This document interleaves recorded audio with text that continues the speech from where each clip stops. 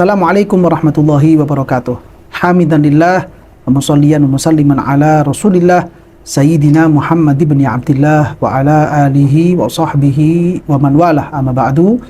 Para pemirsa, para pengikut dan para pecinta channel YouTube MZT Malang Raya, alhamdulillah kita bisa melanjutkan kajian kita, yang mana pada kesempatan kali ini kita melanjutkan kajian tentang kisah para ulama yang beliau-beliau menjadi mata rantai utama keberlangsungan mazhab al-Imam Asy-Syafi'i, yang mana pada kesempatan kali ini sosok ulama yang akan kita bahas adalah sosok ulama besar yang nama beliau sudah tidak asing lagi di kalangan umat Islam, yaitu sosok ulama yang mendapatkan gelar atau lebih sering dikenal dengan sebutan Al-Imam Taqiyuddin As-Subki. Setelah di video yang terakhir kemarin kita membahas tentang sosok ayahanda beliau, yaitu Asy-Syaikh Asy-Syaikh Abdul Kafi bin Ali As-Subki, maka sekarang yang akan kita bahas adalah putra beliau, yaitu Asy-Syaikh Al-Imam Ali bin Abdul Kafi bin Ali As-Subki, atau lebih dikenal dengan sebutan Taqiyuddin As-Subki, yang mana ketika kita membaca kitab-kitab fikih, lalu kemudian di dalam kitab-kitab fikih, terutama di dalam syarah-syarah kitab Minhaj, yang ketika di situ ada penyebutan Asy-Syaikh dengan menggunakan isim ma'rifat, maka yang dimaksud dengan Asy-Syaikh tersebut adalah beliau Asy-Syaikh Al-Imam Taqiyuddin As-Subki.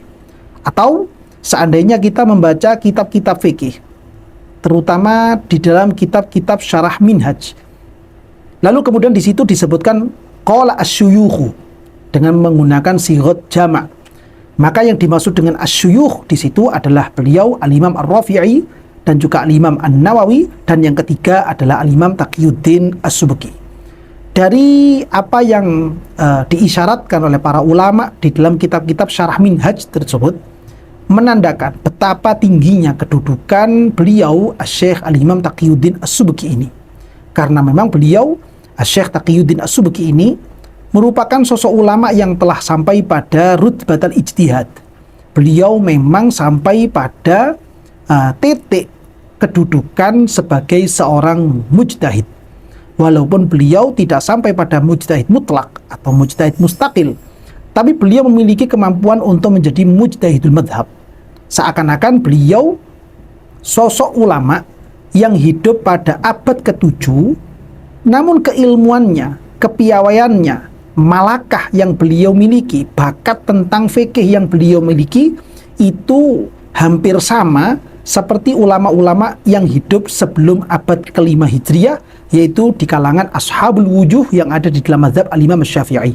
Ini merupakan satu kedudukan yang sangat istimewa sekali, yang memang merupakan karunia besar dari Allah Subhanahu wa taala untuk sosok manusia yang kebetulan waktu itu dipegang oleh beliau Asy-Syaikh Al-Imam Ali bin Abdul Kafi bin Ali As-Subki. Nah, ini figur beliau yang akan kita baca pada kesempatan kali ini, yang mana kita merujuk dari biografi yang ditulis oleh putra beliau sendiri di dalam kitab Tabaqatus Syafi'iyyatul Kubra, yang mana kitab ini ditulis oleh putra beliau yang bernama Al-Imam Tajuddin As-Subki.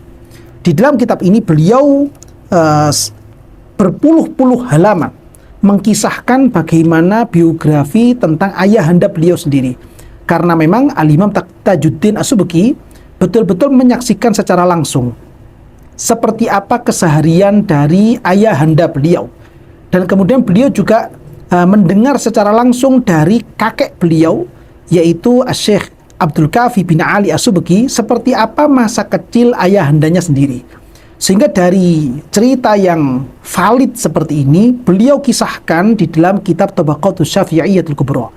Di sisi yang lain, Al-Imam Tajuddin As-Subki banyak mendengar dari santri-santri Al-Imam Ali bin Abdul Kafi As-Subki, seperti mendengar langsung dari rekan beliau, rekan ayahanda beliau Al-Imam Az-Zahabi, mendengar langsung dari rekan ayahanda beliau yang bernama Al-Imam Al-Hafidh Al-Mizzi. Beliau mendengar langsung dari rekan ayahanda beliau yang bernama Al-Hafidh Al-Birzali.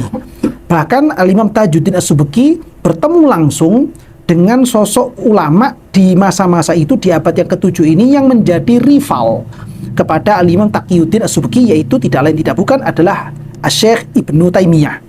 Dari pelaku sejarah yang seperti ini, sehingga kemudian Al-Imam Tajuddin As-Subki betul-betul mendapatkan informasi yang valid seperti apa kehidupan dari ayahandanya, mulai sejak masa kecilnya, masa belajarnya, sampai kemudian beliau menikah, sampai kemudian beliau mengajar, beliau menyebarkan hadis, beliau menyebarkan fatwa-fatwanya, menjadi seorang hakim, menjadi seorang qadhi, hingga kemudian beliau melepaskan itu semuanya, hingga kemudian beliau fokus kepada santri-santrinya di kemudian hari dan menulis.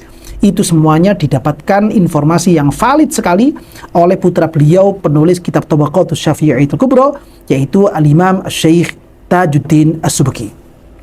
Di dalam apa yang dikisahkan di dalam kitab Tabaqatus Syafi'iyyah Kubra, bahwa beliau, ayahanda beliau ini merupakan sosok ulama yang lahir pada tahun 683 Hijriah. Berarti beliau ini, Imam Taqiyuddin As-Subki ini merupakan sosok ulama yang hidup pada paruh kedua dari abad ke-7 Hijriah. Yang kemudian beliau ini wafat pada tahun 756 Hijriah. Yang mana di masa-masa seperti ini kalau kita hitung, total usia beliau adalah 63 tahun. Dalam kurun waktu 63 tahun ini, atau mungkin dikurangi sedikit masa balita beliau, beliau berhasil menghabiskan masa kecilnya, masa mudanya, sampai kemudian masa tuanya dihabiskan semuanya hanya untuk ilmu yang telah diwariskan oleh Gusti Kanjeng Nabi Muhammad SAW. Bahkan beliau bukan hanya fokus dalam masalah ilmunya saja, beliau pun juga merupakan sosok manusia yang menghiasi setiap waktunya dengan ibadah kepada Allah Subhanahu wa Ta'ala, terutama di dalam hal membaca ayat-ayat suci Al-Quran. Teman-teman beliau, teman-teman dari Al-Imam Taqiyuddin As-Subki, atau putra-putra beliau yang hidup sezaman dengan Al-Imam Taqiyuddin As-Subki, menjadi saksi betapa lesan Al-Imam Taqiyuddin As-Subki ini tidak pernah lepas dari ayat-ayat suci Al-Quran. Baik beliau dalam keadaan berdiri, baik beliau dalam keadaan duduk, baik beliau dalam keadaan rebahan, baik beliau dalam keadaan berjalan, dimanapun tempat ketika beliau ini bersinggah, lalu kemudian tidak ada kegiatan mengaji atau mengajar, maka lesan beliau langsung tergerak untuk membaca ayat-ayat suci Al-Quran dari hafalannya sendiri.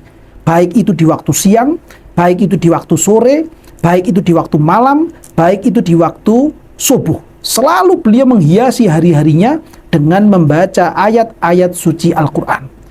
Khatam dalam jangka waktu 4 hari sekali. Khatam Al-Quran dalam jangka waktu 5 hari sekali. Khatam Al-Quran dalam jangka waktu 7 hari sekali. Merupakan hal yang sangat biasa sekali disaksikan dari lisannya Al-Imam Taqiyuddin As-Subki. Padahal dalam durasi yang seperti itu, beliau masih memiliki kesibukan untuk mengaji kepada para guru-guru beliau, masih dengan kesibukan mengajar kepada santri-santri beliau, masih dengan kesibukan mendidik putra-putra beliau, masih dengan kesibukan menulis karya-karya kitab yang beliau gubah. Ini semuanya tidak mengganggu bagaimana kecintaan beliau kepada ayat-ayat suci Al-Quran. Lisan beliau senantiasa basah dengan ayat-ayat suci Al-Quran. Bahkan dalam kitab ini pun juga dikisahkan bagaimana sosok Al-Imam Taqiyuddin As-Subki di dalam melakukan Qiyamul Lail. Beliau menghabiskan waktu malam pertama dengan ilmu. Lalu kemudian beliau beristirahat sebentar, kira-kira sekitar 2 jam. Beliau bangun lagi, lalu kemudian beliau menghabiskan waktu malam itu di sepertiga yang terakhir sampai datangnya waktu subuh hanya untuk bermunajat kepada Allah Subhanahu wa Ta'ala dengan sholat, dengan membaca Al-Quran, dengan bertasbih kepada Allah, dengan beristighfar, meminta ampunan kepada Allah Subhanahu wa Ta'ala. Dan dikisahkan dalam kitab ini, beliau menyatakan, tidak pernah aku menemui satu kondisi yang menyusahkan hatiku kecuali munculnya waktu fajar. Karena disitulah kemudian beliau itu merasa sedikit terganggu untuk bermunajat kepada Allah Subhanahu wa Ta'ala. Nah, ini merupakan satu akhlak, satu adab yang bisa menjadi panutan untuk kehidupan kita sehari-hari, agar supaya kita bisa menjadi manusia-manusia yang hatinya, pikirannya senantiasa terkontak kepada Allah Subhanahu wa taala, terhubung kepada Gusti Kanjeng Nabi Muhammad sallallahu alaihi wasallam. Dikisahkan di dalam kitab ini, di dalam kitab Tabaqatus Syafi'iyatul Kubra ini, beliau ketika masuk pada usia-usia balik, menghabiskan waktunya belajar kepada ayahanda beliau sendiri, yaitu Syekh Al-Imam Abdul Kafi bin Ali As-Subki. Di masa-masa yang seperti ini, waktu beliau masih berusia menginjak 10 tahun sampai berusia 15 tahun, dikisahkan oleh ibunya sendiri di sini, ya umi dari Al-Imam Taqiyuddin As-Subki ini, putra saya ini seakan-akan anak muda yang tidak mengenal uang. Bahkan waktu itu pernah karena kekhawatiran dari ayahanda beliau, ayahandanya ini meminta kepada ibunda dari Al-Imam Taqiyuddin As-Subki untuk meletakkan uang di saku pakaiannya beliau. Setelah kemudian saku ini dimasukkan di sakunya ini, uang ini dimasukkan dalam sakunya, harapannya supaya uang ini bisa dipakai untuk membeli makanan ketika beliau keluar dari rumah. Berselang kira-kira 2 Jumat ya, atau 2 minggu kalau bahasanya orang sekarang, uang itu masih utuh, tidak pindah kemana-mana dan tidak terpakai sama sekali. Ketika ditanya, "Wahai anakku, kenapa engkau tidak menggunakan uang yang ada di sakumu itu? Itu adalah pesangon dari ibumu. Kenapa tidak kamu pakai untuk membeli makanan atau membeli apa saja yang kamu inginkan?" Si anak yang masih muda belia ini, berusia kisaran belasan tahun ini menjawab, "Wahai ayahku, untuk apa aku uang ini? Aku tidak perlu uang ini. Yang aku butuhkan adalah pulpen dan kertas. Karena keseharianku aku hanya ingin mencari ilmu saja, bukan untuk yang lain-lainnya. Sudahlah, untuk urusan makan, urusan membeli snack, saya pasrahkan semuanya itu kepada orang tua. Toh juga saya ini bukan anak yang suka untuk membeli kue di luar. Lebih baik saya habiskan waktu-waktu saya ini untuk menuntut ilmu, untuk menghafal, untuk memurojaah apa yang menjadi pelajaran saya dan juga menjadi hafalan-hafalan saya." Ketika sang ayah Al-Imam Abdul Kafi bin Ali As-Subki mendengar jawaban yang seperti ini, beliau kemudian terkaget, tercampur antara rasa bahagia dan rasa khawatir. Kenapa dengan putraku ini? Dia ini hidup di masa-masa muda yang seperti ini, dan ada rezeki dari Allah Subhanahu wa taala dalam bentuk uang, namun uang itu tidak digunakan sebagaimana umumnya para pemuda-pemuda di sekeliling beliaunya.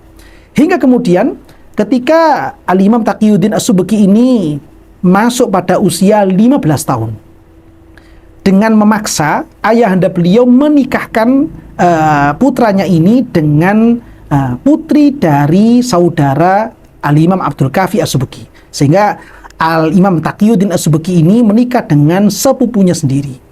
Namun kemudian ketika setelah akdun nikah, Al-Imam Taqiyuddin As-Subki ini membuat perjanjian dengan istrinya, membuat perjanjian agar supaya saya tidak mau dengan adanya sampean sebagai istri saya ini mengganggu waktu saya untuk belajar, mengganggu waktu saya untuk menghafal, mengganggu waktu saya untuk memurojaah ilmu dan hafalan-hafalan saya, terutama Al-Quranul Karim.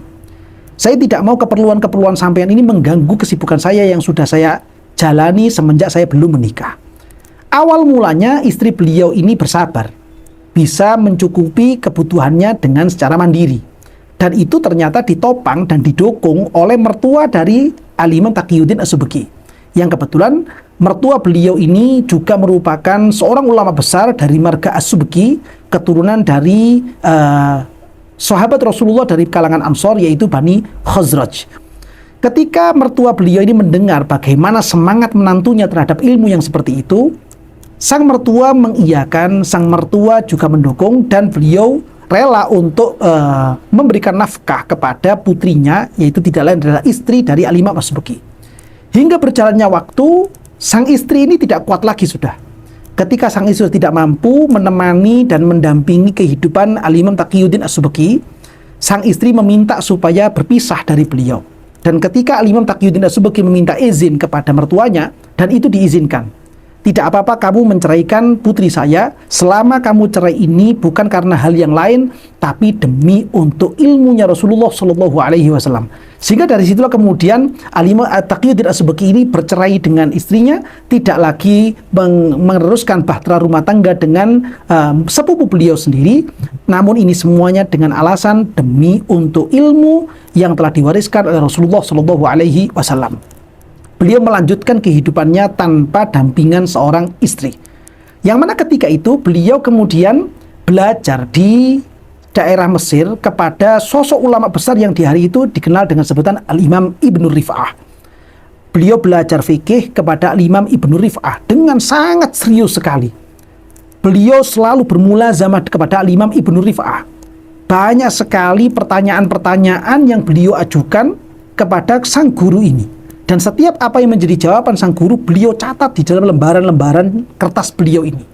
Di sisi yang lain, beliau juga sambil belajar kepada sosok ulama ahli usul fikih, sosok ulama ahli ilmu kalam yang hidup di daerah Mesir itu juga, yaitu dikenal dengan sebutan Al-Imam Al-Baji.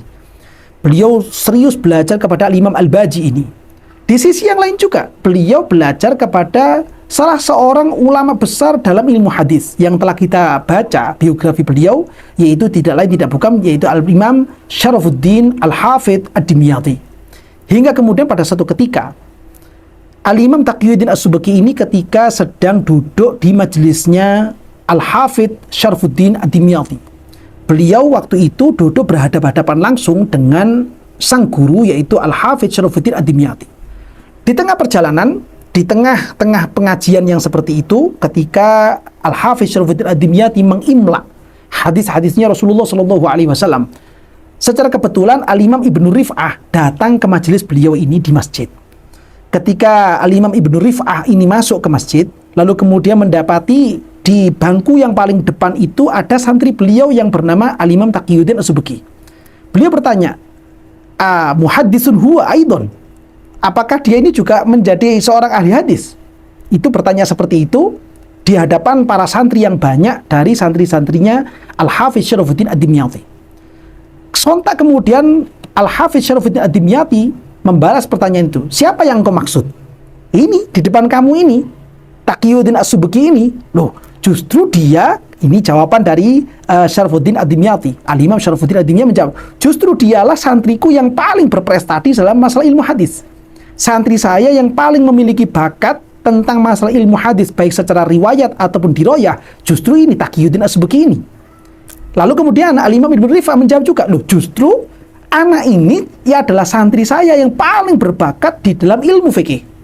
Nah, sehingga dua ulama ini, Al-Imam Ibnu Rif'ah dan juga Al-Hafidh Syarafuddin Ad-Dimyati, mengakui betapa beliau ini memiliki kemampuan yang cukup, kemampuan yang istimewa di dalam menguasai ilmu fikihnya Rasulullah Shallallahu Alaihi Wasallam dan juga ilmu hadis yang kemudian waktu itu beliau mendapatkan guru Al-Hafidh Syarafuddin Ad-Dimyati.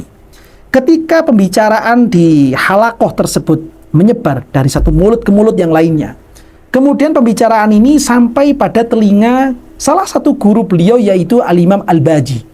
Yang mana Al-Imam Al-Baji ini merupakan guru dari Al-Imam Taqiyuddin As-Subki di dalam ilmu usul fikih dan juga ilmu kalam.